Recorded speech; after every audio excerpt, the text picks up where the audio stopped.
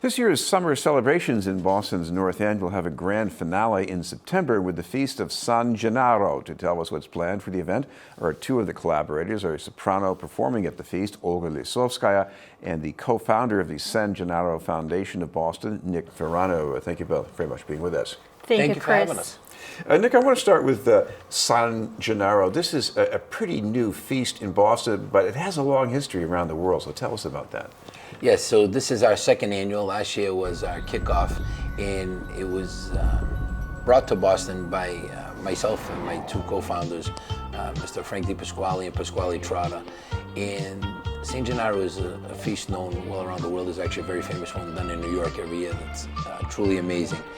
And we just wanted to bring a little bit of that to Boston and celebrate a great festival using all the restaurants that are in the North End, the Italian history and culture. But the main reason is to raise money and awareness to help fight autism. Now, is this something that's done by other San Gennaro feasts, or is there a sort of a special story about that here in the Boston area? No, they're done all over the country, pretty much wherever they have festivals, usually in the summer months. But this one here is specifically just to help children fighting autism. Olga, you also have done some research around, I guess, the ancient, almost ancient history here about who San Gennaro was originally. I had no idea. So what's the story? It's a beautiful story, Chris. It happened in 305 when San Gennaro, well, at that point he was not saint yet, he was a bishop of Benevento in Italy.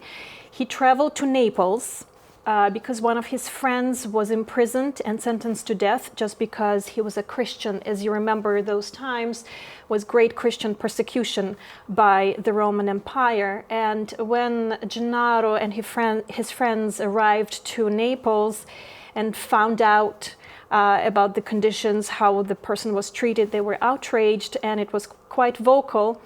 And the local judge, Draconia, he heard the whole commotion. He came and he questioned and investigated the matter. And Gennaro just told him openly about their Christian faith.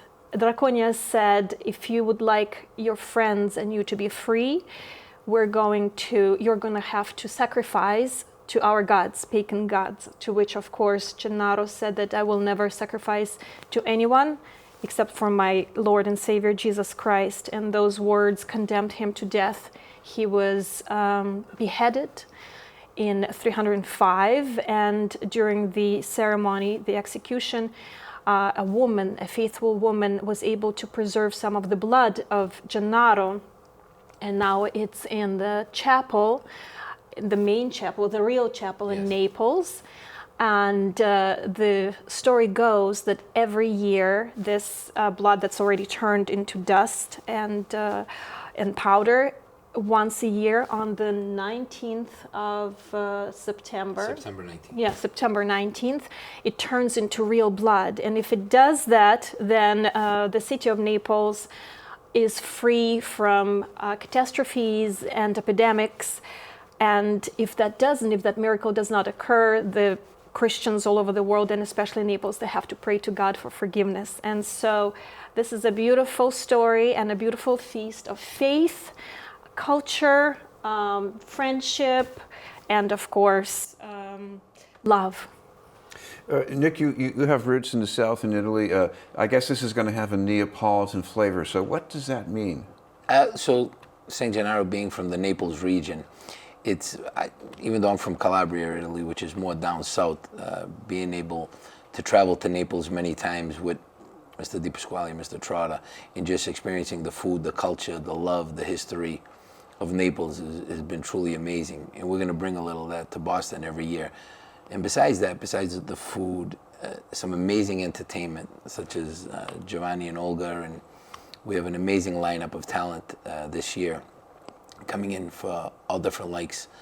We have the stylistics, the spinners, we have Sal the Voice from America's Got Talent. And it's just a great time for everybody to just come and become family and friends. Now, what you've just evoked to me is sort of a musical memory of kids growing up in the North End in the 50s and 60s. Is that basically? That is so right, Chris. You hit it right at the button.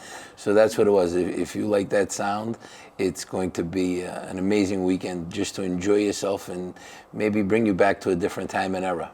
Olga, I'm going to ask you to think back to some of your more recent appearances here, because you've been collaborating with an Italian singer, and I'm sure you've done some Neapolitan music. So tell us about some of the things that we can look forward to. Oh, I'm so excited to be collaborating with this beautiful foundation, these wonderful people, but of course with my colleague and friend Giovanni Formisano, who is from Naples, so you can't get even more authentic than that.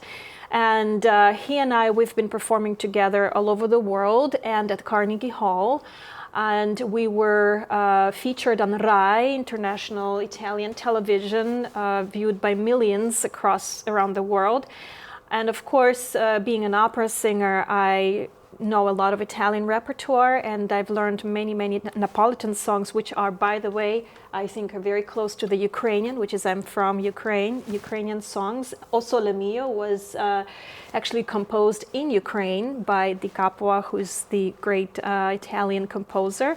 He was in Odessa at the time and writing O Sole Mio, the very famous song. Nick, what about your favorite? You have a favorite Neapolitan song? Torna Sorrento. Why is that a favorite?